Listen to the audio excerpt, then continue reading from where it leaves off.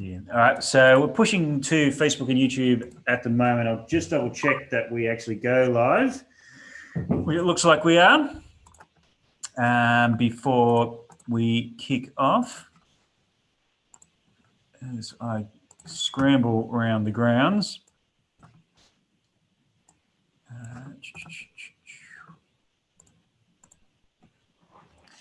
And yes, I can see us on the Facebook and I can see us on oakbarrel.com.au/live. So it's probably a good time to say g'day and welcome to a virtual evening, another virtual evening here at the Oak Barrel Cellar Room. My name is Scott Fitzsimons, hanging out in our warehouse here in the back of the Oak Barrel with a very, very special guest tonight in the one, Peter Bignell. Peter, how are you? Good evening. No, very well, thank you. And thanks to those who are participating, watching online there. Yeah, so we're getting people rolling through on the Facebook as well, so that's very good. This is one we've called a virtual evening with, and if you haven't been to one of these tastings before in person or virtually, an evening with tastings is something that we've been doing for a number of years now with various distillers from across Australia, from across the spectrum of spirits. So we've done an evening with rum distillers and gin distillers and whiskey distillers. But I think one of the first ones we ever did, which is going back a little while now, was with yourself, Peter. And I don't think we could necessarily call you a distiller of one thing that night, because I think we went through about 6 different whiskies and 4 different liqueurs and some pommos and a little bit of everything. So I don't know if you remember back that one, but that was a good night. It was a fun evening. Yes. G'day to Raf, g'day to Bex as well, tuning in here in the Zoom chat. So we do have some people across in the Zoom room on Facebook and various other social media. So I'll be bringing this back, to and sort of monitoring them for the questions. So feel free to ask any questions at all. But Peter, we do have for the people who managed to pick one up some whiskies to try along with tonight. Thanks to the team at Nip of Courage. And these beautiful, this is obviously not it, this is a little bit of the paper that came with it, but beautiful little packages with whiskies and various things from Rye July. So to kick us off, we're almost at the end of July now. It's been a different year, all things considered. But how's your Rye July been? Look, back here on the farm and at the distillery, really, I hardly noticed anything's happened at all. We're ticking away. No visitors at all. So I've got a visitor's book here that some of the people sign, and it says a big gap in it. We've had a couple of people in the last week, and that's the first lot that's come in. That's the biggest difference. As far as distilling, we've just ticked away as usual. We've done a bit of expansion. Just the last week or so, we've started to do a bit of tidying up, thinking people are going to start coming again. So, it really hasn't been any different. The only thing, early on, when we first went into lockdown, was quite good going somewhere because you could drive, with no traffic about. Not that there's ever really much traffic in Tassie. You could park outside where you wanted to, no trouble. And now that, nobody's in this community has had any COVID here for pushing 3 months now, that's almost back to normal. Pubs and bars and stuff like that, they're a little bit sparse in those, but because the social distancing and limit to numbers in there. But no, it's starting to feel a little bit normal again here. Yeah, I think it was funny. Last time I was down in Hobart, and the front page of the Mercury was a big splash about the disaster of all the traffic in Hobart, because it took 7 minutes to get from one side of the town to the other. And I read that story. And I was like, well, I think it's a different world down here. But yes, I mean, it is a different world, because as you say, even though on the farm where you are, about an hour or a little bit more north of Hobart, you're probably not seeing the immediate effects. But in terms of like that follow-on, obviously you haven't had much in terms of visitor traffic to the distillery. How has just general sales and things been going for you? Have you noticed any impact in the last few months? Oh yes, distribution wise, yes. I've sent an order off tonight for my Tassie distributor. It's the first one since March, and they send me a sales report now and again. It was down to 10% of what it normally is. So it really dropped off. Online sales picked up, like pretty well everybody who does online sales, that they picked up. And it's actually particularly picked up in the last few weeks when Gordon Ramsay came here. The celebrity chef came here in January. And I had him shoveling sheep shit from under the shearing shed and stoking the smoker with to make some more holy shit. And that went when that went, went out on National Geographic and Disney. Yeah, the orders just went crazy. Yeah, it's starting to taper off again now.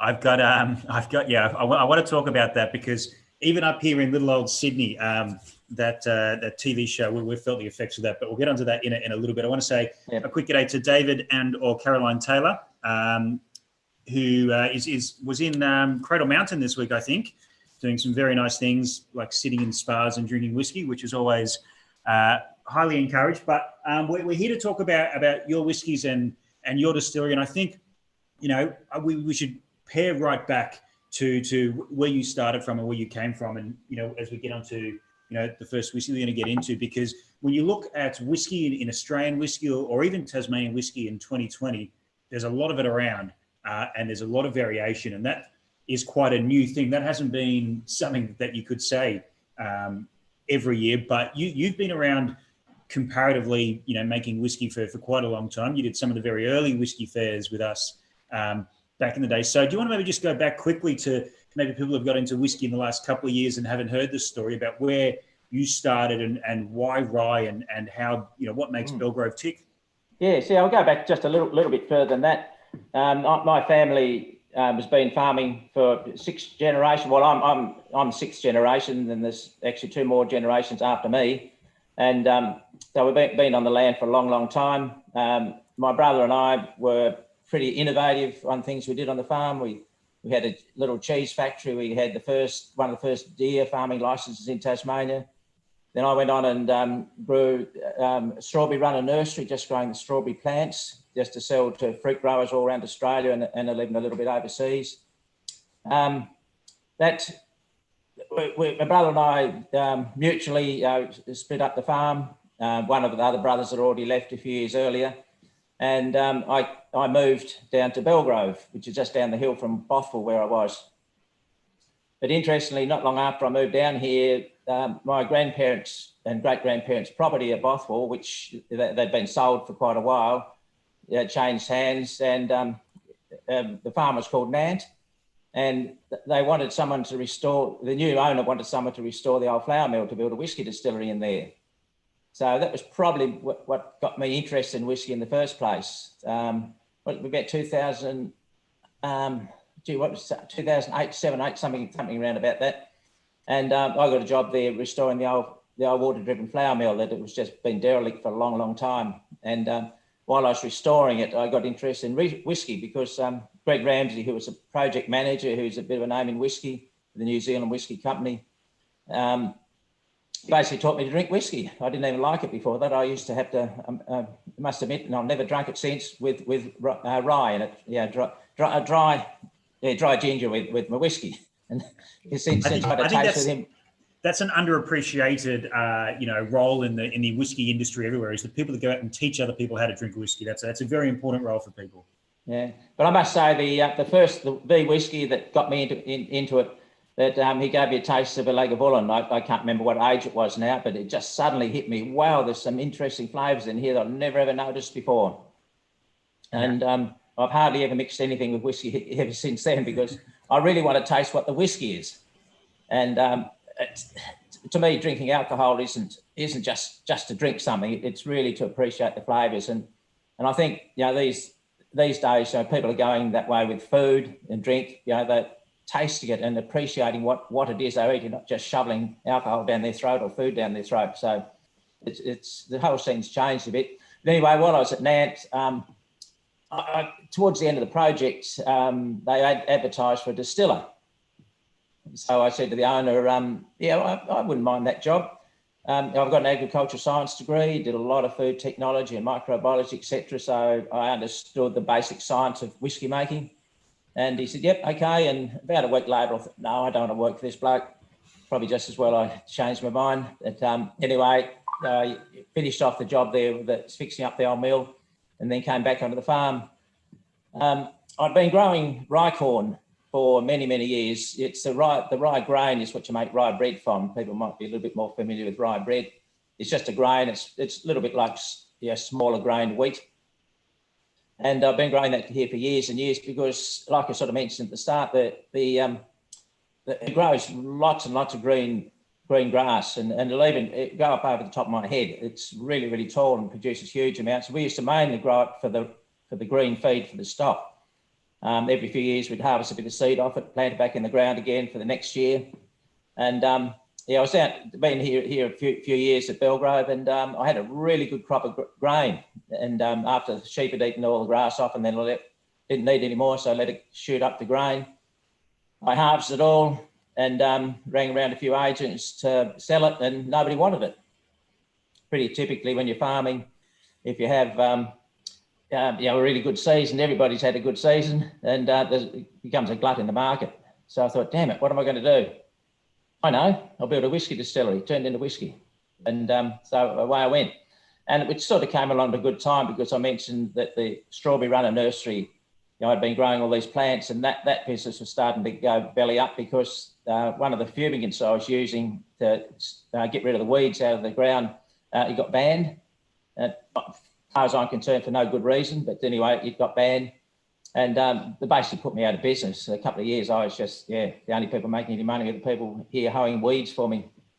So when this whiskey thing came along, I think I ran the two of them just for a little while, and then, he gave up the Strawberry Runner business altogether. And the distillery itself, I had an old shed on the farm's old horse stables, and a couple of little stalls down one end. There I converted that into the distillery, put a wall across it so it was only used one little piece, built a still myself. I bought some copper sheeting, got Peter Bailey, the still maker, to cut it all out for me, get it all cut out by computer, rolled it up, welded it up, welded up myself. And I ran it on biodiesel, because I've been making biodiesel to run the vehicles on. And the biodiesel comes from Mood Food, a little takeaway shop about 1 kilometre down the road from my place. And started, so every week I'd do a run, go back to farm, and gradually it just sort of got into my blood, and we'd run it a few more days and a few more days each week, and now I think we've had about 6 extensions to the distillery, all still within the old farm buildings. So we've a bit extended and until I've actually got a totally separate brew house with pipes running through to the distillery part of it. Yeah. It's just one of those things, just grew and grew. And now the farming part of it, we don't push the sheep too hard, so we don't need to look after them, feed them every day or anything like that. So low stocking numbers, they can pretty well look after themselves. Need a bit of monitoring now and again, of course, which I've got someone to help with that. And spend most of my time now in the distillery. Yeah, well, it's a very modern take on the oldest story in not only whiskey but spirits. If you go back through history, there's a reason why the French, make brandy, and why the Americans made schnapps, and the German made apple brandies, because people distilled what they had around. And obviously, this is a very modern take on it, making biodiesel from the most famous fish and chip shop in the whole whiskey industry globally, because if you ever get to Peter's place, you've got to stop 1 kilometre out and take a photo of the servo. But I love that story. So I think for those who are playing along at home with us that have a set, it might be time to actually crack into the first whiskey. Yes, yep. And there's a lot of questions coming through on the Facebook, so thanks, guys, and I will get to them. But I think, what I love, we're quite in a unique position sometimes to be able to try a new make spirit from distilleries, but you actually release this white rye as a product. And I will just say to everyone who does have a set, these are 30 ml samples. If we were doing this tasting on site here, we'd be doing 15 or 7.5 ml samples. So just be wary, don't pour the whole thing in, pour half of it in, and then, you can come back to it later. But I'm going to pour a little bit of this. But I mean, for you, this is really the DNA of what your whiskey, becomes in the end. This is the heart of it. Is that fair to say? Yes, yeah. So the white rye is the new make spirit off the still, which we dilute to 40%. Most of it would go, I would think, goes into cocktails, because it's got so much rye flavour, so much lovely grain notes, that spiciness. There's just so much flavour in it that it really pushes through in cocktails. Even every now and again, we find some people just absolutely love this on their own. I was at actually a big wine event, Rootstock in Sydney, and someone came charging through the crowd, making a big noise. There it is, I finally found it. So it was after the white rye. You've been after it for ages. Yeah, I mean, so in the packs as well. Again, if you were sent, if you got one sent out to you, there's again, thank you to the team at Nip of Courage that have done very, very good work on this.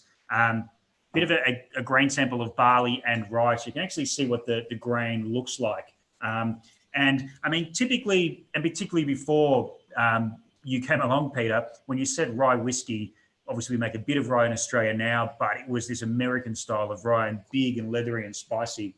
But this is a little bit different. And so when you got your new make running off the still and you're making your cuts and that sort of thing, what flavour profiles are you looking for that says, okay, this is where I need to be? Look, we're not after a particular flavour, it's just balance. So as it goes through the run, right at the start of the run is way out of balance. There's that methanol and those very harsh, volatile notes that burn your nose and really hammer your palate. And when they fade away, that's when we start the middle cut. But we're not after any particular flavours. It's just how the still runs, and we just go for what smells and tastes good, and that's it. We don't actually use any temperature control. We don't measure temperature or ABV, alcohol concentration of what's coming out like a lot of people do. You see hydrometers floating in the output, but no, we don't do any of that. It's all totally based on nose. But we got now, it's not totally based on nose because we've got containers there. When it sort of gets 3/4 up to where you expect it might be, then you start nosing it and tasting it, and then the final decision is made on combination of nose and taste. Yeah, I mean, where you are, correct me if I'm wrong, but that is the old horse stables that became the distillery, is where you're sort of sitting at the moment. Yes. Oh, yep. Long a little bit further from where the horse, in the same building. Yes. Yeah. Okay. Yeah. I think when you were here last, I think this might have been an open machinery shed with tractors and plows and balers and stuff in it. Right. Okay. Yeah. Okay. Yeah, I know exactly where you are then. Yep. And then just I can see over your left shoulder there's a lot of different bottlings of different things, and as I think you said, we could have done 100 different Belgrove products tonight and probably not even touch the edges for it. There's a question that came through from Matt Bailey, who I think on the Facebook there. Yes. He says, is there anything that you wouldn't distill? I have to think very hard about that. Yeah. Of course there are, but as far as making alcohol, I don't know. Yeah, no, I've distilled a lot of different things. In fact, over there behind me, you probably can't see it. There's a little cartoon made by, I think it was First Dog on the Moon, that they came around here, he and Kadelka came around here and did around the distilleries. There were 9 in Tassie at that stage. And just interesting, I was number 7 here. But they came around and did little cartoons. And one of the little cartoons said, it's got a drawing of me and other Pete that works with me. We're loading some posts in the back of the ute. We just finished doing some fencing, and it says, we've got a few fence posts over. What'll I do with them? And I say to the other Pete, I think we'll chuck them in the still and see what happens. And actually, that is very close to the very initial thought of me for distilling. I was going to distill waste wood, waste straw and stuff off the farm to make motor fuel out of it. I even got the plans from New Zealand company to make motor fuel, and I thought, nah, that looks too hard, and just gave up. It was only a very, flash in the pan sort of an idea, and went back farming again. But and then when I had this crop of rye, I thought, no, actually, I'll make whiskey out of this stuff, not motor fuel. But so I certainly could distill wood. But I've some of you would know this, but probably one of the craziest things I've done is spittoons from a wine event.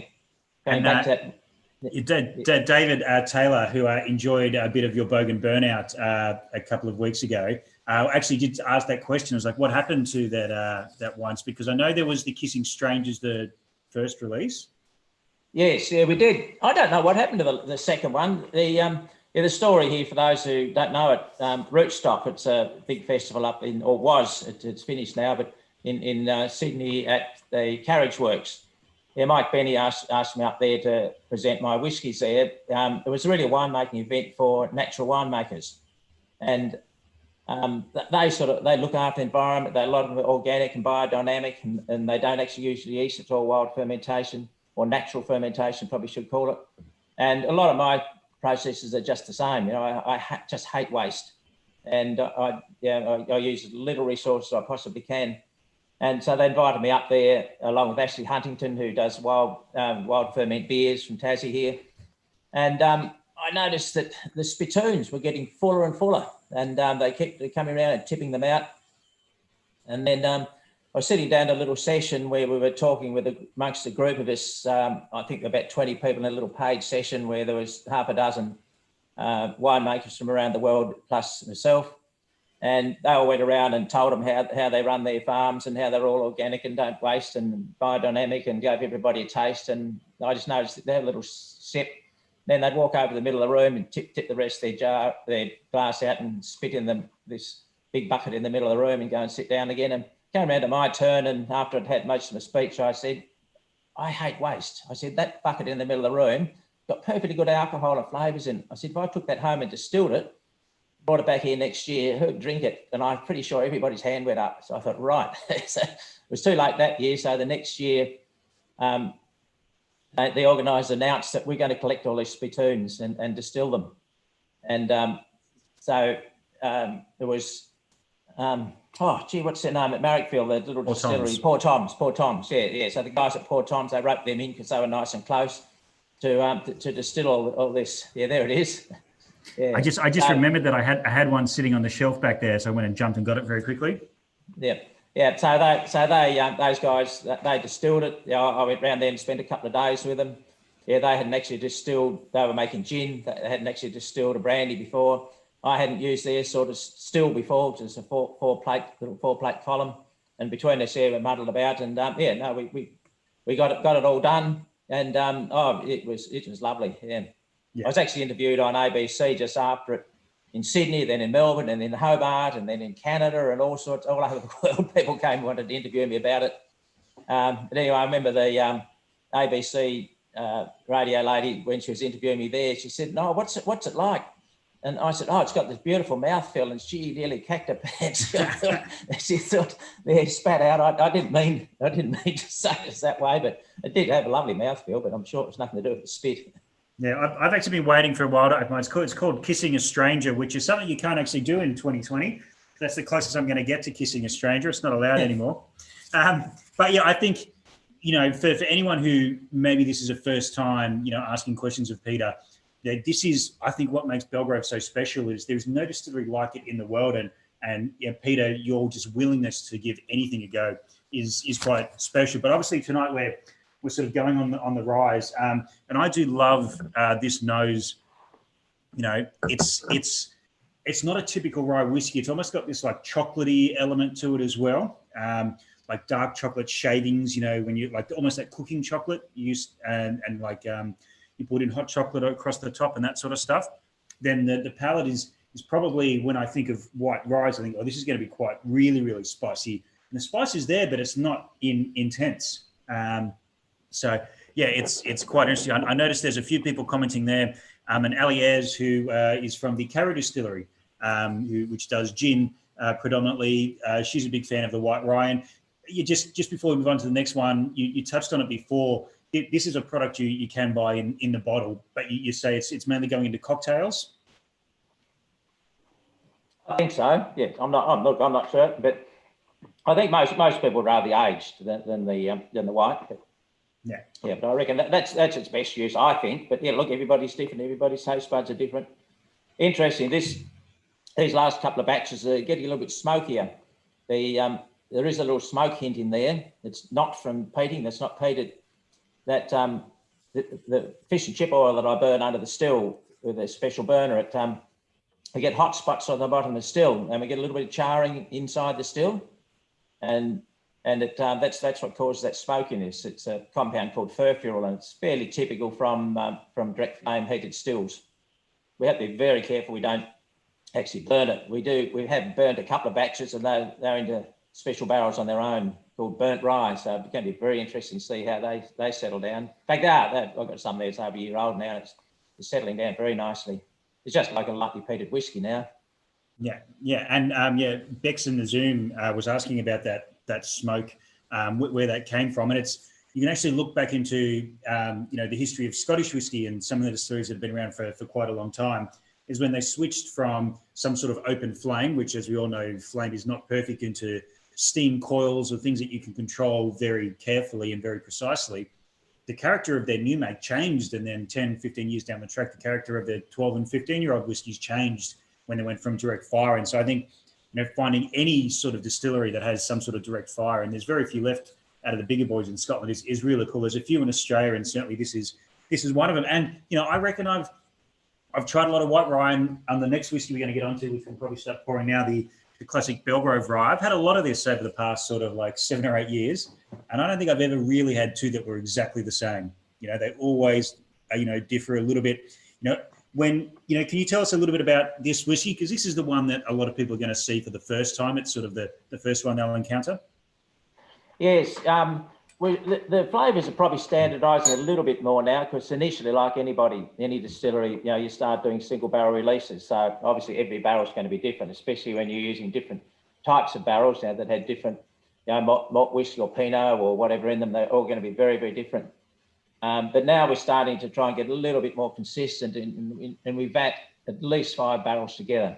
We'll find a couple of quite good barrels and put them in a big vat, and then taste it and think, now what's missing out of here? Or what's got too much in there, some flavour. And then we put bits and pieces out of other barrels, and generally about 5 different barrels. And so that the around that 45% area, 44, 45's going to be a little bit more consistent than it used to be. But what we do with every now and again we find a brilliant barrel, just one that's really, really good. So we won't waste that in the vat. We'll release that. So there's the variation for those people who want variation. And we have those just single barrel bottlings from time to time, or maybe we might just vat 2 together. Like the one we're going to do after this one is vatting the 2 barrels. We'll get onto that in a minute. Yeah. In terms of, there's quite a good couple of questions coming here on Facebook, but just before we get onto them, in terms of those barrels, are you using all, is there any virgin oak in this, or are they all ex-whiskey barrels? And are you reusing your barrels again for this at the moment? Yeah, I initially started out using malt whiskey barrels, from Lark and Overeem and Sullivan's Cove, and then I got onto some Pinot barrels. I've got a Scottish heritage, so you try to save a bit of money here and there. So I found some cheap Pinot barrels, and I whacked one in a Pinot barrel. It's a 220 litre Pinot barrel, and about 18 months in, I thought, wow, this is really good. Those lovely fruity notes were really complementing the rye and adding some, rye is quite fruity anyway, and this is just adding more and more fruit to it. And so the Pinot, that certainly changed the flavour profile.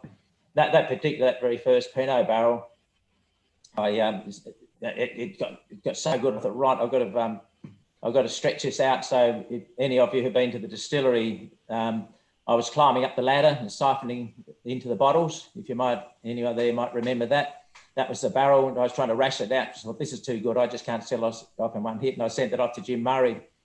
And they scored 95. It's well into the liquid gold area. So interestingly, about aging, a lot of people think, sorry, I'm rambling on a bit here. Aging, the older the better, which is a load of rubbish. That you get some very good, very old whiskies, but the older's not necessarily better. I thought, I'll keep this another year, this barrel. So we rationed it out very, very slowly over the next year. And I sent another bottle out of that same barrel to him. I really, really liked it because it was getting so fruity. And he rubbished it. It scored a measly 89 out of 100, which to me is a measly, but I usually get up in the 90s well and truly. But he criticised me. He said, I told you last year that if you leave the whiskey in these Pinot barrels too long, it will ruin them. And he said, what did he call it? If this is a really good Bordeaux or something like that, I'd score it really well, but it's not. It's a whiskey. So I'd lost the whiskey flavour, he reckoned, and picked up too much wine notes in it. Well, I actually loved it, but anyway, everybody's different. Yeah. I guess it's in the eye of the beholder. That's what's beautiful about whiskey. In terms of this whiskey, I think jumping from that white rye straight into essentially the aged version of the same thing, just that beautiful vanilla comes through, and there is quite a lot of fruit coming off, particularly the nose for me on this. There wouldn't be much. There wouldn't be in this particular barrel, the one we're tasting now. There wouldn't be a lot of Pinot in there. It'd be mostly malt whiskey barrels. A lot of that fruit note it comes from the wild ferment. So when I when I do a mash, then we've basically extracted, if we've got some beginners on there don't really understand whiskey like we mash, we extract the sugars out of the grain, and then you add yeast to ferment it basically into a beer without any hops in it. But I don't add the yeast straight away. I leave it till the next day. So it ferments overnight just by whatever's the bacteria and the yeast that are on the grain when it comes in. And the grain hasn't been sterilised. It's just natural as it came out of the paddock. And so there is a lot of yeast and especially lactobacillus on it. Malted grain doesn't have so much of that because it's been heat treated, but the unmalted grain does. Lactobacillus takes off overnight, produces a lot of lactic acid. So it's very acidic in the morning when we go to pitch the yeast. That lactic acid then reacts with the yeast, with the alcohol, and produces esters. And esters are very typically fruity. Yeah. So partway through the fermentation, you stick your nose in the fermenter and, oh, wow, the fruity notes are amazing. Yeah, 100%. There's a couple of questions coming through while we're on this sort of production method. And another good friend of ours, Dan Woolley, says, "G'day, and how's the new still going?" I want to tie this in with a question that Whiskey's My Jam asks as well, is that are you still using the recycled bay mix thing to control the flame? Like, what does your still setup look at the moment? Yeah, the mix master's gone. I wore out too many of those, and they're getting harder. They're old things, and they're getting harder and harder to find at the tip shop. So we've changed a little bit now. We're running on a vacuum now, the air pressure, so that as you turn the air pressure up, it sucks more and more fuel through. But so the old mix master's gone. That was a great one for laughing. But we've got actually what we do now for a bit of a laugh. The fuel tank on the side of the burner's got a heater in it. And it's an open little tank, looks like a fish and chip corker. And we slice up potato and cook it in the fuel tank sometimes and make chips. So that's that's why we get a bit of laugh in the distillery now instead of the mixmaster. But Dan asked about the new still. I think I might have to put my glasses on so I can see what I'm doing without wrecking everything here. Whoops, nearly dropping something there. What's that? Yep.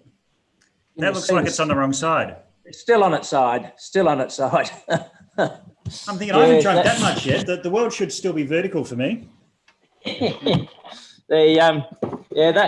sort of got very excited when I went to China and had a contract to go into China for quite a bit of whiskey, and I thought, gee, I've got about 2 years supply, then I'm going to run out. So quick, I've got to make some more whiskey, and so I got stuck into that still. I got a still makers up north here in Tassie to roll it all up for me, and I went up there with them and we welded it up. I brought it back and started to polish it, and all of a sudden the contract fell through. They had a row with Trump, and then the COVID came in, and it's all put on hold at the moment. So I've just got a bit busy doing other things around here at the moment, but they're just about to start getting back into welding it up. I've got to put the gooseneck on the top and make up the condenser for it, then stand it up on a fireplace.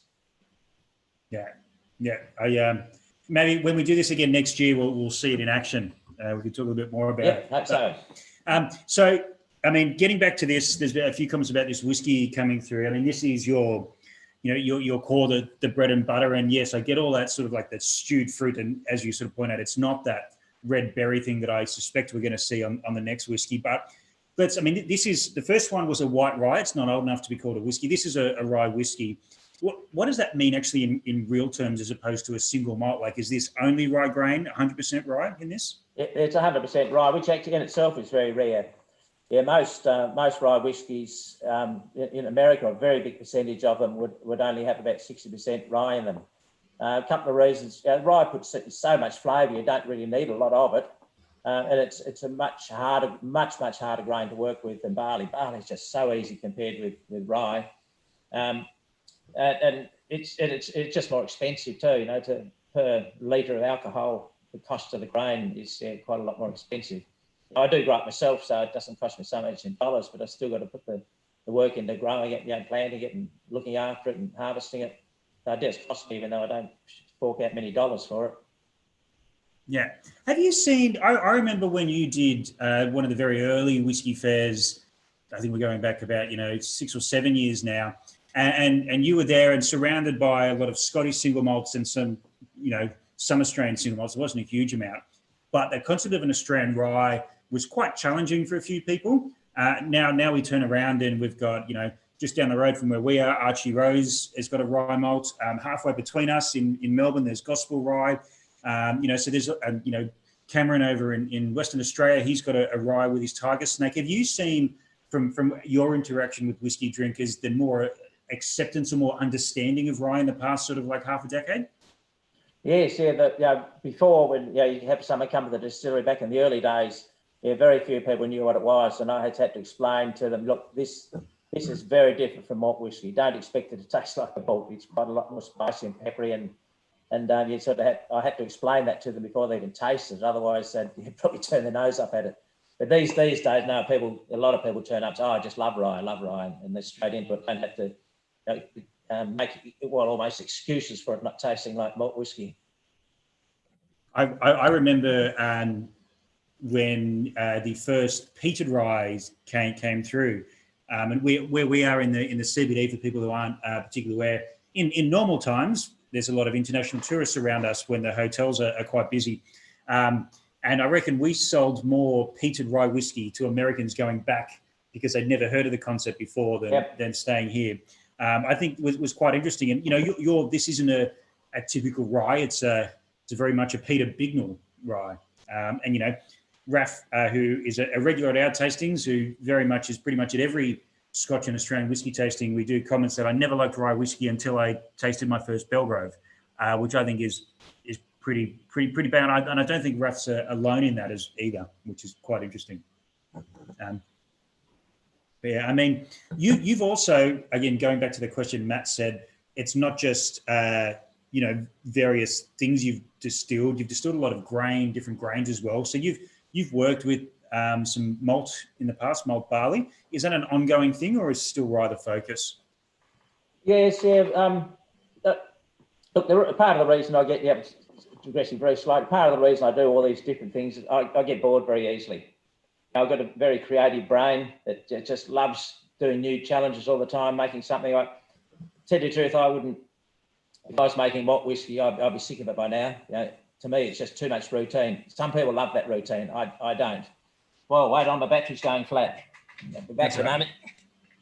That's right. I think it's my favourite story of Peter, and I don't know if you remember this when I was... Should have fixed it. I plugged it in. I forgot to turn the switch on. Yeah, that's all right. It was when you had a spanner in the door or somewhere, and it was sort of just hanging there, and you didn't want to remove it because you knew every time that you walked past that spanner in the door that you were doing something and got sidetracked, but it would be a memory that eventually would get back to it.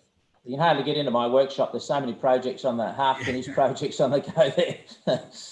Interesting. Yeah. I've decided to change a little bit of change lately. I've decided to finish things off. I finished a couple of jobs off yesterday that have been hanging around for ages and weren't quite done. And same with finishing off bottles. Bottles of whiskey. Got so many bottles of whiskey lying around with just little bits left in them.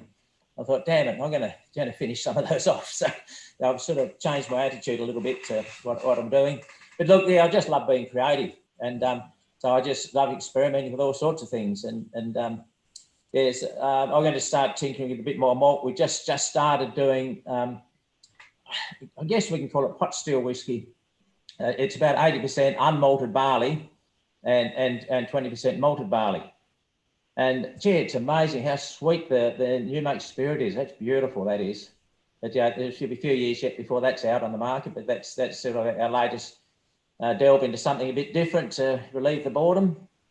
Yeah, I think, I'm not sure if you have a direct line, but Bex in the Zoom chat is asking questions and you're answering them without me even getting a chance to ask them, because she just asked, what have you made lately or are thinking about making? But you two are on the same wavelength. I quite like that. It's happened a couple of times.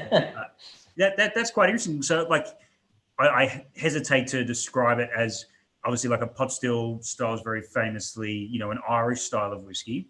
I mean, it's not an Irish whiskey, it's an Australian whiskey, but is that sort of, for people who haven't tried it, I haven't tried it, is that sort of the world that I'd be looking at in terms of trying to associate it with something? Look, maybe just associate it with Irish, but no, I'm not trying to make something that tastes the same as theirs. I'm just trying to make something that tastes good. Then however it comes out, that's how it comes out. I'm not going to tweak a recipe to push a particular flavour, unless it turns out no good, of course. And then, we'll have to do something about it. But to do something about that at the end, it's probably only a matter of blending it with different casks till we fix it up again. And I think that's a very good way to sort of talk about it in the sense of and it's true of anyone in Australia. If you go and try and make Scotch whiskey in Australia, you're going to have a bad time. We should be trying to make the best Australian whiskey that we can. Yes. I think, we should probably look at the next whiskey in a second, but there is something coming through. I'm being prompted to ask you about the analogy of stew and curry in regards to rye whiskey. Yes, I used back in the early days, and I was trying to explain to people the difference between malt whiskey and rye. Malt whiskey is like just a lovely stew, something you'd eat on a winter's day, just nice and mellow and sweet. And rye is like having a curry. Whack a few chilies, a bit of curry powder in your stew. It's still the same basic stew, but you whack something in there to challenge your taste buds a bit, make them dance on your tongue. If you want to whack enough in to make you cry, well, that's up to you. But we don't go quite that far with the rye, although with the Bogan burnout maybe we have. But yeah. So that's been mentioned a couple of times, and I think that concept is quite a good analogy for people who are trying to get their head around, who maybe aren't that experienced in either single malts or rye, to sort of understand that difference. But at the end of the day, the best way to do it is go buy one of each and put them side by side. But just don't expect them to taste the same. They're not. They're totally different. 100%. And we've mentioned the Bogan burnout a couple of times. So for those who aren't familiar, last year at the Whisky Fair, which unfortunately is not happening this year, but every year we try and get some weird, exclusive, fun things to play with. And Peter, you came up with something I don't think anyone will forget anytime soon, the Bogan burnout. And we've had people someone in the Zoom chat here that said it should never be done again. But there was someone on the Facebook chat that said it went beautifully down at Cradle Mountain last week. So it's a real love or hate. And I think, it's another good example of something crazy that you did. Very quickly, do you want to sort of remind us what the Bogan burnout was? And an excellent name for a whiskey, by the way. Yes, it wasn't my name, but anyway, I just to relieve the boredom again, I thought, what can I do that's a bit crazy, a bit out there? And I love my peated whiskies, and anybody who loves peated whiskies, you tend to want more and more and more peat. And I think your taste buds get used to it. People say, there's not as much peat as there used to be, but I think there probably is. It's just that your taste buds get used to it. And I thought, damn it, I'm going to go way out and just push the boundaries as far as I can. And so we peated some rye, barley, malted barley. Normally, you peat smoke for a few hours. I peat smoked it for 3 days. And some of the barley there was just wringing wet with this black juice coming out of it. Like, I remember my dad had a pipe, and this mucker used to shake out his pipe now and again. It was like that. And it wasn't evenly all the way through it, but some of it was that black and juicy, and we fermented it and then ran it through the still. Oh, geez, stank out the distiller with the smoke that's coming out of the still. There's a few people came here on the day we were doing the first run, and a couple of them, they liked their smokies. They were tasting it as it coming straight out of the still. And one bloke wrote back to me that night. He said, I just couldn't get rid of the flavour. I just had to ate some wasabi in the end and finally got rid of the smoky taste out of his mouth. But it was powerful. It's been sitting in barrels now for a bit over a year, and it's mellowing and softening quite a bit. I put it out there that I'm going to make a smoky whiskey. It's that smoky that nobody will like it. But I thought, no, if they don't like it, too bad. Some people just buy it, little bits and pieces here until they just for the novelty of it. But there are actually people who like it, even it's only a year old now. Someone was here the other day and got a bottle, and he drank the bottle in no time. And I've got a few more orders at the moment to go out, even though we aren't actually officially bottling it. We just pull one out of the barrel now and again, mainly probably for people who are really keen to see how it's progressing. Yeah. But it is smoky. And actually, tell you the truth, it's actually put me off smoking whiskeys a little bit. I'll get back onto them again, but it's put me off a bit. To put like the intensity into context, and the Bogan burnout name did come from the fact that it did have that big, like burning sort of aroma to it. But people always say that when you're at a bar or at home drinking with a few friends having dinner and you open a peated Scotch whiskey, everyone in the room knows about it straight away. This was in a room with 32 tables, each with a bunch of whiskey on each tables. And as soon as the Bergen burn out, the whole hall was smelling like it. It was dominating. But I actually want to talk, before we forget as well, about another peated thing that you've become quite famous for, the holy shit. But I reckon we'll come into that in a second after we try this next whiskey, which is the Pinot cask, which I think you mentioned is from 2 Pinot casks fatted together. Yeah, that's right. Yeah, we did a run on Pinot casks here for a while, and two of the barrels turned out very, very similar when they came ready. So I thought, well, we'll just add back the 2 together. Just that straight out of the barrel would have been 63, 64%, I think. It was a little bit hot. We did a few little dilutions and got down to 60. Yep, that's it. That's the sweet spot. Most of these smaller batches, I tend to try to put them out at high ABV. More for the connoisseurs that really want to study the whiskey and taste it. And I think most of them, or a lot of them, tend to like it that higher ABV. And then of course they got the choice of adding water if they want to. Yeah, I think this is certainly if people are coming from a very classic single malt and particularly Scottish single malt angle, this is a good way to get into the style because it does have that big, fruit sweetness, and it's not the stewed fruit that I was getting off the rye. It's more a red berry sort of a juicier sort of sweetness, which I think is sort of that intro point. Obviously, the Scotch have used a lot of fortifieds, port and sherry over the years. I mean, how do you like? What's your sort of understanding of the reaction being a little bit more at the coalface when you have people visiting? Look, everybody likes it. Well, people just like different things. It is a pretty popular, this one. This Pinot and the Shiraz. We haven't done these Shiraz for a while, but between those 2, I think would probably the higher strength ones. They would be the 2 most popular ones. Yeah. Although it's all over the place really, because here's some of the ones I've done with Heartwood casks. The latest one, the Port in a Storm. Yeah, that's very popular as well. But I think that these ones are popular because these are my select casks. So I'll go through the casks and I find something I think, no, that's really good. That's really well balanced. We'll do it as a single cask. So they all just have a good run for their money. Yeah. But these fruity, the Pinot and the Shiraz, they're definitely pretty popular. Yeah. This, for me, it's 60%. Personally, I think that's bang on where it needs to be. I wouldn't consider adding any water to this, even on the palate. From your point of view, like Percy, would you suggest people adding a touch of water to this at 60? Totally up to them. Now, look, on while you're talking about adding water, it's interesting. If you could add a little bit of water right now and taste it, and we do little tests. Especially for that, the batch we put out around the 45%, anywhere between 43 and 47, they come out. But we'll add water to 43, 44, 45, 46, 47, set some bottles up there. You taste them, then you can decide, which one's the best. A couple of weeks later, you come back and there'll be a different one. That mellows and the chemical reactions happen inside the whiskey and everything sort of works in together and it changes dramatically. It's just quite a difference how it changes over a couple of weeks. So if you want to make a 40% whiskey from this 60% now, and you add the right amount of water to it, bring it down to 40, that will taste quite different in a couple of weeks' time. So it's a bit hard. Blending and marrying and working out ABVs of things is, not quick. You got to wait. Be patient. Yeah. I'm getting just that very similar to what I found in the white rye, just that hint of very wispy smoke at the back. Is that coming from the same place, that direct fired still, rather than any peat added? Yeah, that flavour you're talking about comes through almost every product I make here.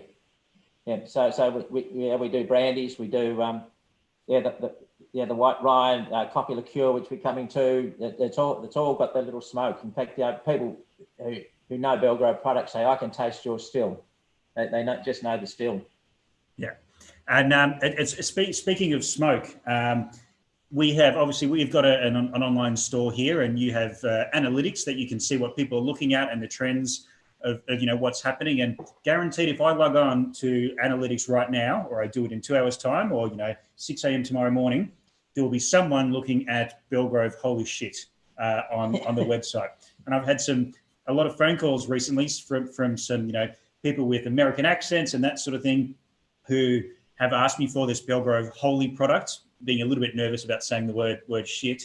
But they don't call you Hollywood Bignell for no reason. But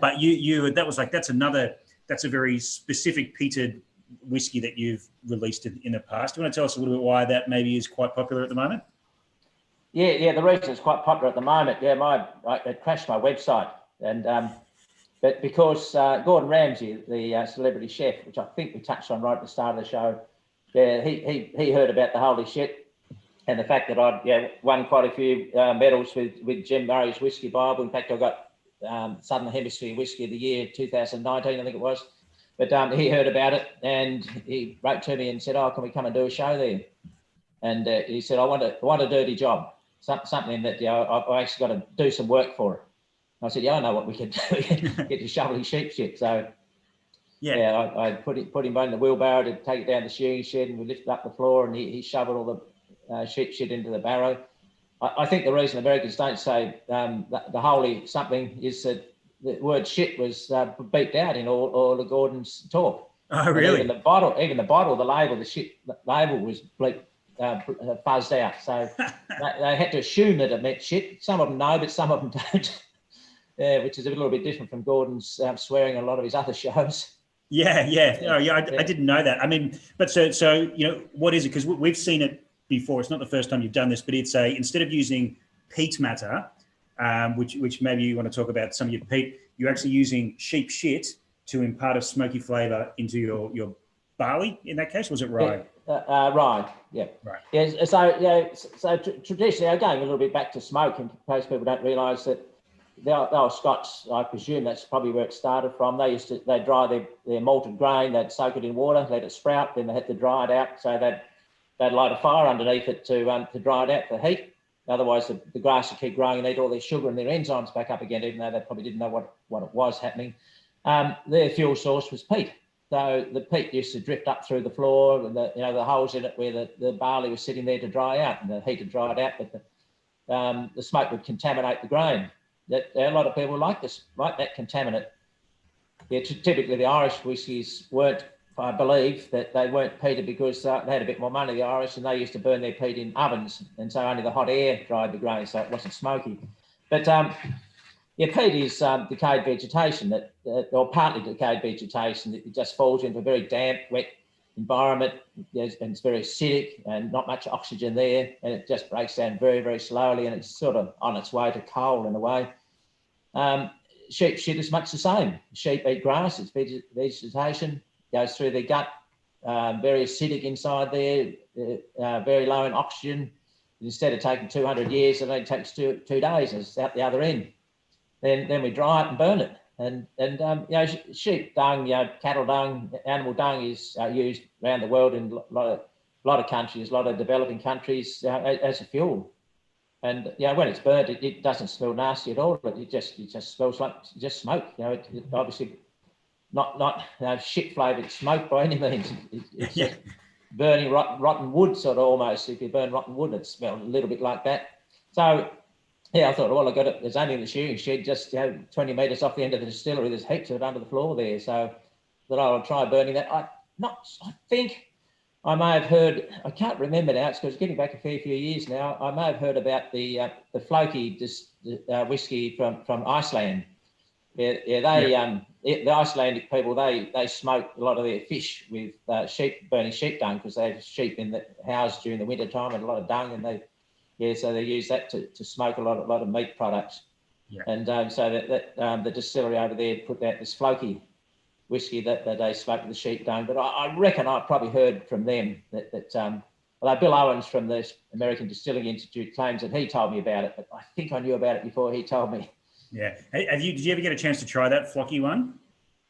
Yes, I've got a bottle here up on the shelf here somewhere behind me. Yes. I personally, and I am, obviously a little bit biased towards Australian distilleries, but yours was heads and shoulders above, particularly their very early ones. They were quite rough. But the whiskey that we saw a couple of years ago now, holy shit, it was an accomplished whiskey. It was, wasn't a gimmick by any sense of the word. It was like a smoky, herbal whiskey. Yes. Yeah, the floky one, it's a young malt, they call it.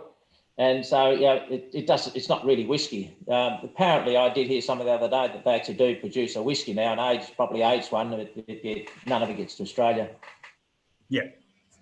So, I've got an answer for the next, 400 phone calls I take in the next fortnight.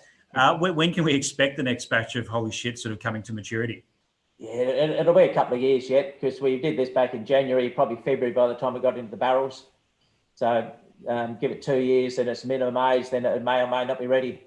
Yeah. I've got some in various size barrels, so hopefully at least one of them will probably be ready. Yeah. In about 2 years from now. I got masses of emails from Americans wanting it.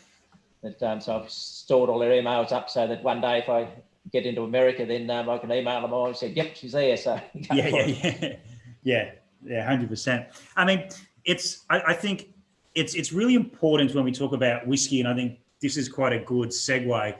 We were talking about peat and stuff coming from the ground, that sometimes as drinkers we can forget this lovely whiskey that's in our glass. We think of stills and we think of barrels, and we don't necessarily think about the fact that everything that we grow, everything that is in here has been grown from the ground. It has been farmed. Every grain has come from some bit of earth somewhere on the planet. And again, to those of us who do get the tasting set, a good chance to sort of have a look at the barley and rye grains again, and just to sort of explain this a little bit as well. Like, everyone's got here some unmalted sort of rye grains. It looks like. Do you actually malt your rye when you're doing whiskey, or are you doing like a green rye sort of run?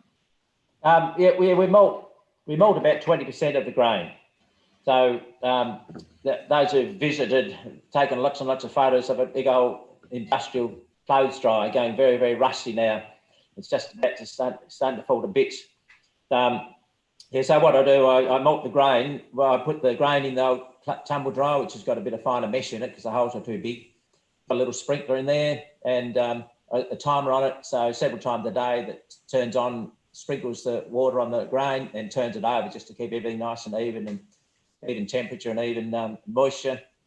Summertime, about 3 days later, little sprouts start to come out of the grain, and that's when it's ready. It's produced all the enzymes. It's what we're doing, making enzymes which are turning that starch, that flour, into sugar.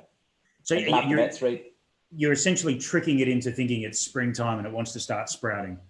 Correct, yes. Yeah, we don't apply heat to it. It's just a natural temperature. In fact, we have to keep it cool. It'll generate its own heat. There's a mass of it in there and it can actually get too hot and kill itself. That's why part of the reason we have to turn it over. Then once it's sprouted the right amount, which has produced lots of enzymes, but it hasn't grown enough to sort of eat all the sugars up, we grind it up. And I actually grind it up in a meat mincer. I experimented with quite a few different devices and found an old meat mincer that I already had. Chopped it up beautifully, just basically to kill the grain, to stop it growing, but also to release all those enzymes that are being produced inside the grain.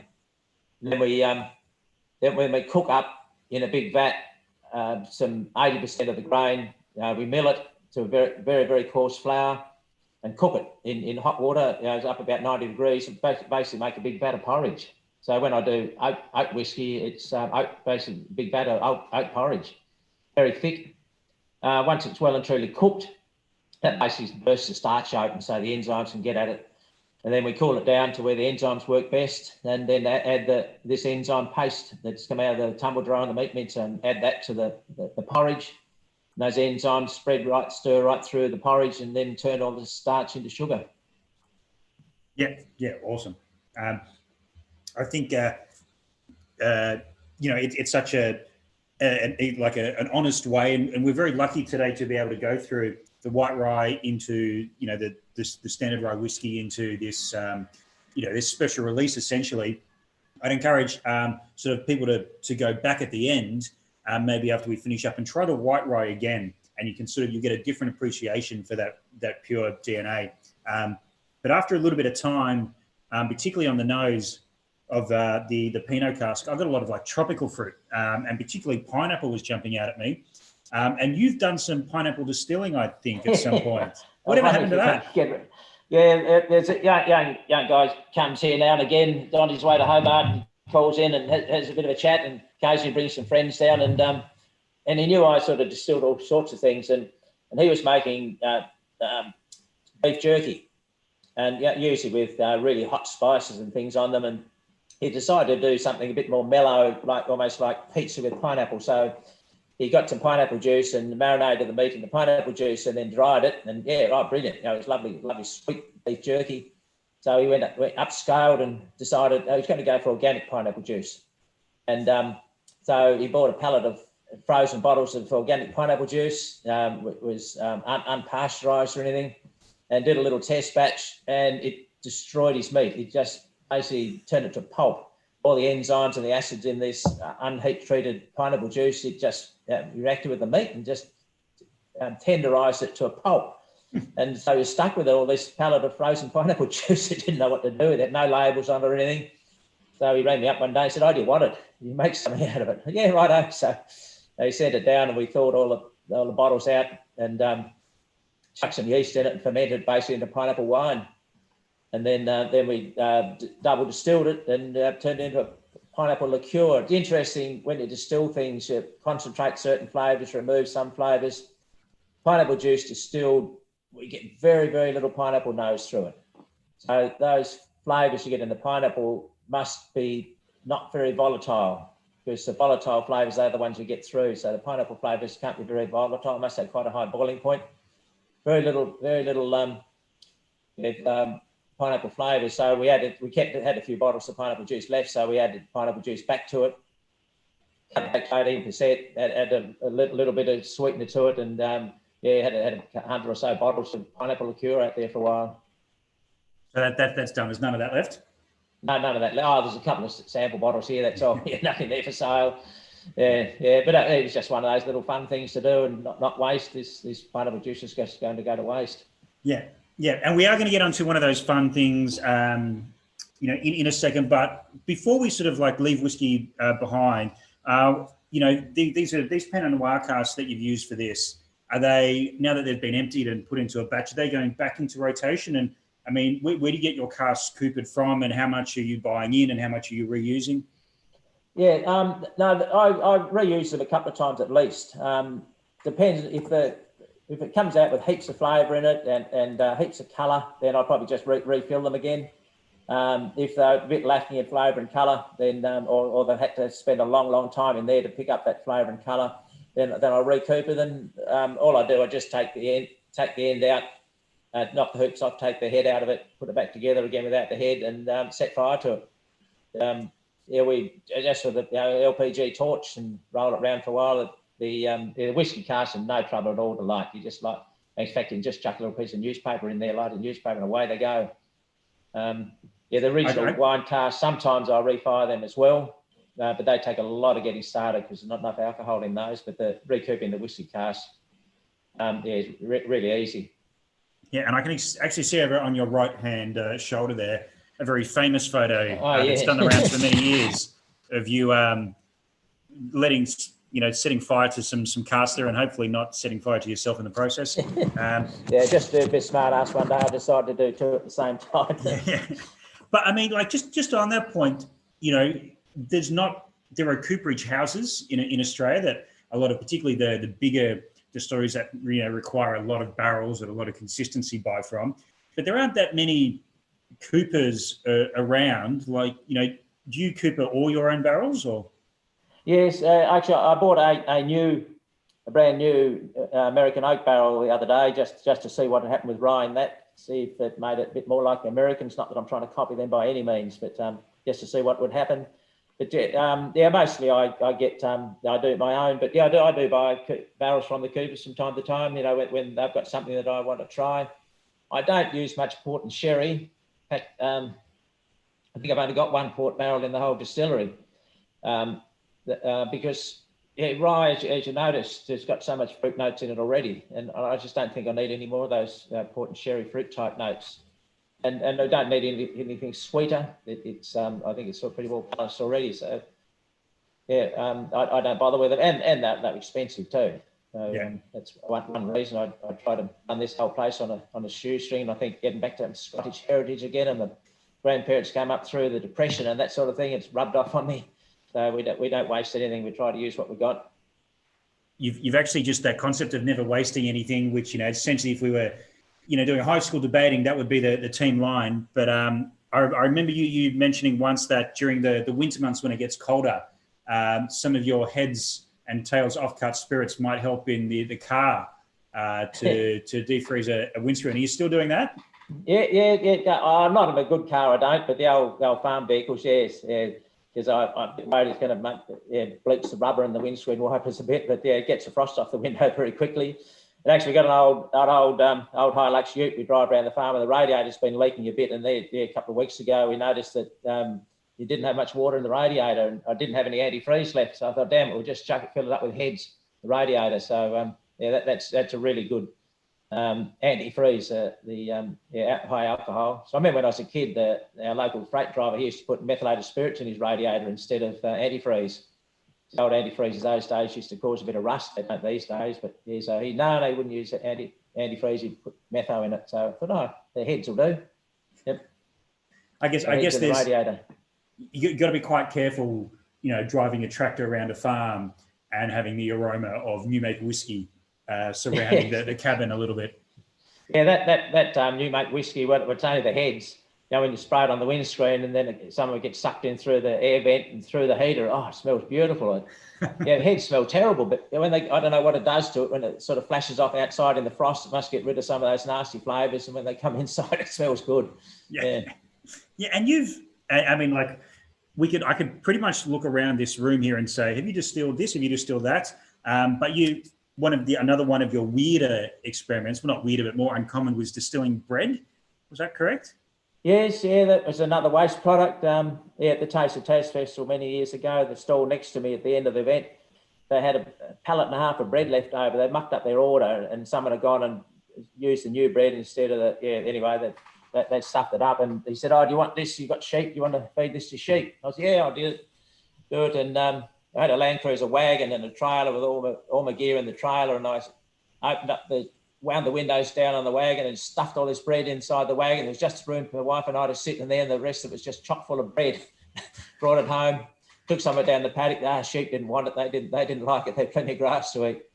So I gave quite a bit of it to a pig farmer up the road, but I grabbed all the rye bread out of it, lovely wholemeal rye bread, and boiled it up with some spuds, a bucket full of spuds they give me too that was left over at the end of the festival. And we fermented it and triple distilled it into a vodka. So, crouton vodka, I called it. I think I made 12 bottles. That was all. I think I'm going to struggle to find something you haven't distilled. What about photocopiers? I can see one over there. Have you ever distilled a photocopier? Might be the only thing I can find in this room. But out of all the crazy creations, one that is you've been doing for many years now, if memory serves, and one that is quite popular is your black rye coffee liqueur. Which is the final little sample in the set. So, the base is the white rye and grappa. It says on the bottle. So, is this using the white rye that we tried earlier? Is that the same? Yes. Sort of thing. Yep, that's right. So, how do you create this one? Is it, I don't drink a lot of coffee, so you're gonna have to baby step me through this one. Yeah. Well, the actual recipe is a bit of a secret because it is reasonably easy to make. So it's just the proportions of everything that go in there, and there's a couple of little minor ingredients I won't tell you, but it's basically extremely strong black coffee, and then we add to it. So we've got add white rye to it, and grappa, which I make here as well from time to time, and a bit of spice, and then quite a bit of sugar in it. And I fiddled about here for a few nights years ago, trying to make some of that make lovely espresso martinis, because I had an event coming up, and I didn't want to buy the Kahlua for it because you often buy too much and it wastes, and I didn't particularly like Kahlua anyway. But that's right. Just distill it, you'll be fine. Yes. Yeah. But anyway, so I fiddled about, and I wanted to make it nice, easy, a really easy espresso martini.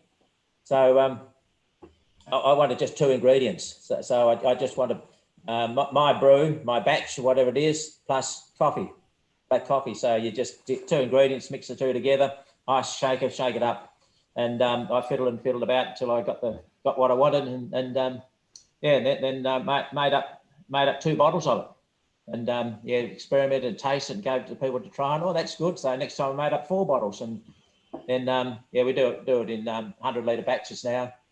So and we're about to start making it 200-litre batches. Yeah, awesome. I mean, there's some comments coming through on the Facebook there that are written in capitals as well, but which is, I think, what happens when you have coffee. Everything gets a little bit heightened. But Ali does describe it as perfect. So that's pretty high praise for this one. So, I mean, I can't make cocktails to save my life, Peter. I'm a terrible cocktail maker.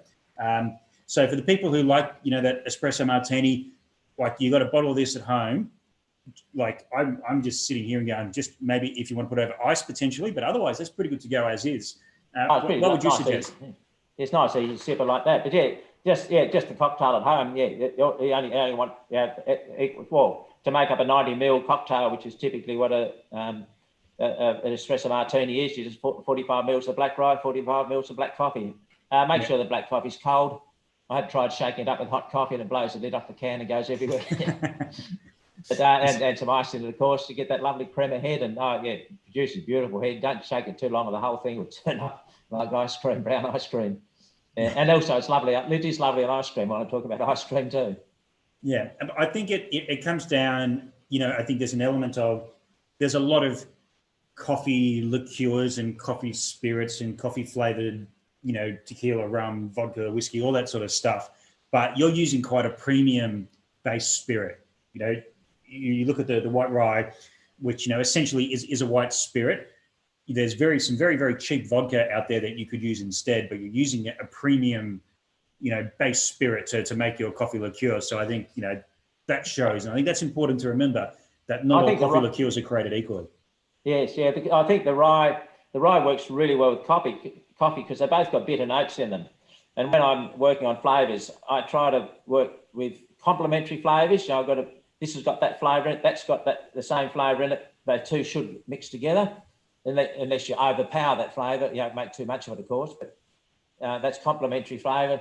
But then it's also mixing 2 things together where something's missing. Something's got a flavour, but it's missing another flavour, so you mix something else with it that's got that flavour to bring it back into balance again. But in this case, it's we've got 2 things that are bitter.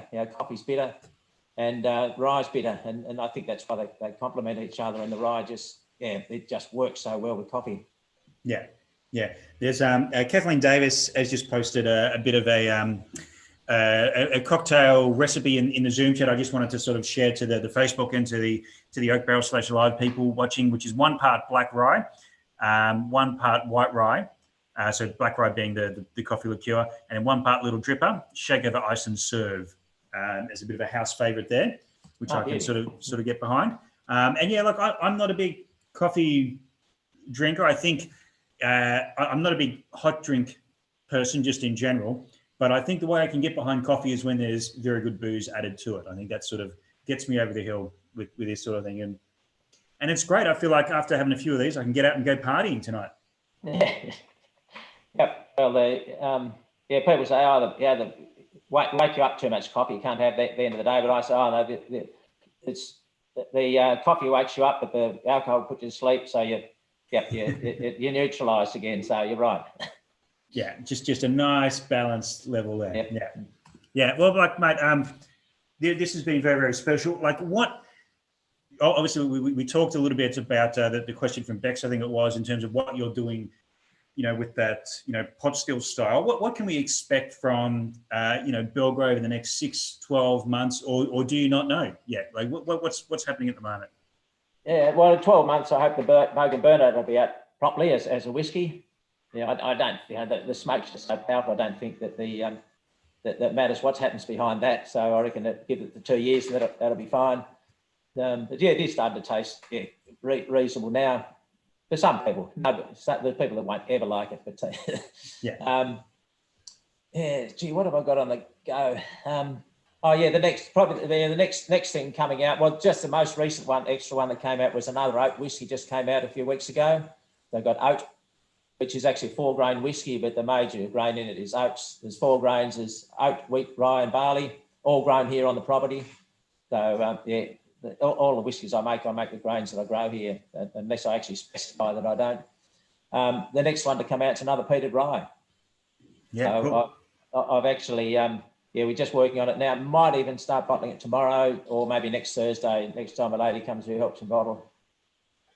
Yeah, and if no one has had, there's a few whiskies out there, and again, some of them are good and some of them are a little bit rough around the edges. But in particular, your whiskey it's porridge, it's breakfast whiskey. It's just so balanced, and I think that that balance shows through. When I've had some other oat whiskies that have been pretty rough, but yeah, it's straight over the top of the cornflakes for the oat whiskey. Yeah, genuine breakfast whiskey. Yeah. And so that peated rye as well. Is everyone else doing? I mentioned earlier that we sold a lot of that a few years back when we last had it in to Americans going back because they'd never heard of it before. Does anyone else do a peated rye? There's a Danish distillery that apparently does it. The year when I won the Southern Hemisphere Whiskey of the Year with Jim Murray, he said he'd never heard of it, and yet that year two turned up, one from Denmark and one from here. Yeah, okay. Haven't heard much about the Denmark one, but the Americans, very interested in it. Yeah, because I know there's sort of like various American whiskies, whether they're bourbons or single malts that have been smoked with different things, like shrub and oak chips and that sort of thing. But in terms of like a peat smoked rye, is certainly very, very rare. And certainly to have 100% rye whiskey that's peated is very, very rare. And I think if you take nothing else away from tonight's sort of chat, is the fact that there's a lot of things that you do that no one else in the world is doing. And is it? I don't know whether you can say this or not, but probably the greenest distillery in the world in terms of your, having little waste. I think it's just remarkable to what you're doing. I think every time we could chat all night long, and because I learned something new every time we chat together. But if anyone's got any questions, get them in now. But I mean, like, what do you see for yourself? Like, what's exciting you at the moment? Yeah. Oh, well, what's exciting me is this pot still whiskey out of the barley. Yeah, it's been ticking away in the back of my head for a long time. I thought, no, I don't want to do something else. Don't want to do something else. And I was like, oh, yeah, damn it, we'll do it. So, yeah, and just how sweet that new mate was as it came off the still. Oh, that's really got me excited. Yeah, I think that's going to be a ripper once it's had some age on it in the barrels. Yeah. So I'm not going to make it down there this year, unfortunately, and it's looking increasingly unlikely that you're going to be able to make it up to us. Unfortunately this year, but when we do get back to the possibility of traveling interstate and all that sort of thing, I know you're not too far away from Hobart. If people do come down or find themselves in Tasmania, what's the best way to get in touch if they want to come and say g'day? It's obviously it's your property, it's your house. You don't necessarily want people just rocking up and backing the truck up, but like if they get in touch via your website, or what's the best way to do that? Yeah, website's the best way. Yes, the phone number's out there, so people can ring me. The main reason I want to like to be advance warning if somebody's coming, it's just occasionally we're just so busy. We really haven't got time to give people a proper tour. We don't have enough people coming through to have a dedicated tour guide, so it's just one of us who works here. It's just got to drop what we're doing and to show people around, which we love doing. We just love showing people around. But yeah, a little bit of warning might be a bit advantage, and also it's a little bit hard to find the way in. I don't have a big flashing sign out the front on the highway, so I'm right on the Midland Highway. So yeah, heaps of people come past it.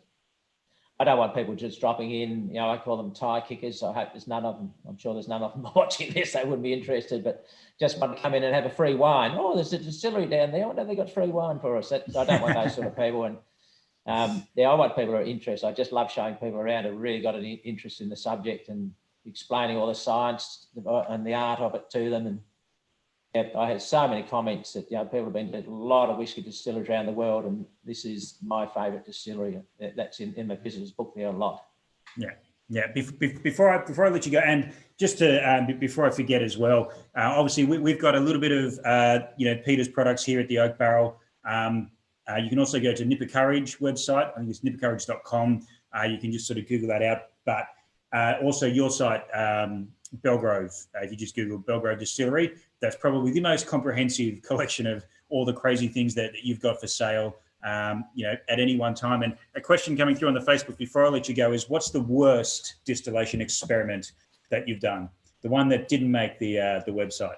Yeah, I don't think it's ever got as far as distillation. We've thrown in I think the 10 years, 11 years we've been going now, we've thrown 2 mashers out, 2 ferments out. They just got acetobacter in them and they just went to vinegar. So we chucked a couple of those out.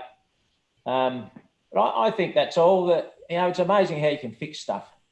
If you rely on your taste buds and your smell, and you think, well, what can we mix with this to either hide that flavour or just dilute the flavour. And a lot of flavours, that if you think that they're not pleasant, once you dilute them enough, they're actually quite nice. Just it takes simple thing like salt. You try and eat a teaspoonful of salt. Oh, yuck. You sprinkle a tiny bit on some chips. Oh, lovely. That's sort of way I treat flavours that are wrong. We occasionally get. We didn't throw it out. That's right. No, one of the things we thought we might end up throwing out was one of the distillations got so burnt that it had this really strange flavour to it, oily, nasty, oily sort of a note. But we've had that sitting in a barrel now for a year, and all that's vanished. It's gone. And it just smells like lovely smoke now. So no, I very, very rarely ever have to chuck anything out. Like I said, a couple of fermenters. And we did actually chuck a batch of black rye out once too. There's something strange about it. We didn't have enough grappa, that's right, because you usually put grappa in it. And I had, there was some apple new make spirit. So I thought, I'd chuck that in there instead. And, it just changed the flavour totally. It was weird. Even though it's only a small percentage, there wasn't much of it in there. And it just tasted weird. So we chucked it out. Yeah. No, fair enough. Well, look, Peter, thank you so much for your time. I know you're a very, very busy man down there. We look forward to whatever it is that Belgrove comes up with, not only in the next 6 and 12 months, but in the next decade. So thank you very much. One little thing, Scotty, maybe you've been hinting at it, what the next move is. My introduction into whiskey, like I said before, was at a distillery up in Bothwell that I helped set up. There was a barrel investment scheme there that went belly up. I'm not allowed to mention the name. I'm not allowed to use that for advertising at all. But I had a barrel I invested in there. I was lucky. I'm not so much lucky. I knew it's a bit inside information. The whole thing was going to go belly up. Got my money back. And anyway, recently a whole lot of these barrels came onto the market, became available. And I've got a group of business associates with my son and some friends of his, and we bought a lot of these barrels, a lot of these malt whiskey barrels. At the moment we've just done a big vatting of about 12 different barrels. Pick and choose this, that, and the other till we got a lovely soft round blend, which we haven't quite got a release worked out or how we're going to market it. The guys that are involved with me, they aren't whiskey people, and they sort of want to market it all themselves. So I don't think that's not going to work. We're going to have too much of it. But yeah, we've got there's hundreds of barrels in the in the bond store here now that we're working our way through. So that will be a malt whiskey, a vatting of quite a few different barrels. It's taking a fair bit of my time up at the moment. But within the next couple of months, that'll probably be out. But like I said, the marketing, the guys still that I'm involved with, that's up to them. I'm just doing all the work with the barrels and the flavours and the combinations. Yeah, well, mate, if you're behind it, then I'm sure it'll be of quality. But so that's something to keep an eye on. Whichever way you end up releasing that. But a quick thank you from Ali, from Darren on the Facebook, from Bex there, from John on the Zoom, and from everyone. We'll keep an eye on everything you do as we always do. And it's as I said, it's always a pleasure. So thank you very much, Peter. And I might kill the social media live stream there, so we can just chill out in here. But yes, thank you again. And when I do these tastings, I always keep 1 or 2 of the sets back just in case things get lost and go missing and that sort of stuff. So if there's anyone who watched this and wants to go through the packs, because they're really good value, I've got 1 or 2 more I'll probably put up online in the next couple of days that I saved back for the inevitable couriers losing things and that sort of stuff. But thank you, everyone, and I'll speak to you soon. thanks very much, Scotty, for running these shows. I quite often sit there in the background watching and sometimes throw a comment here and there, but no, well done. Thanks very much. Sitting around at night talking about whiskey, it's a hard life sometimes. It's really hard. Okay, good night, everybody.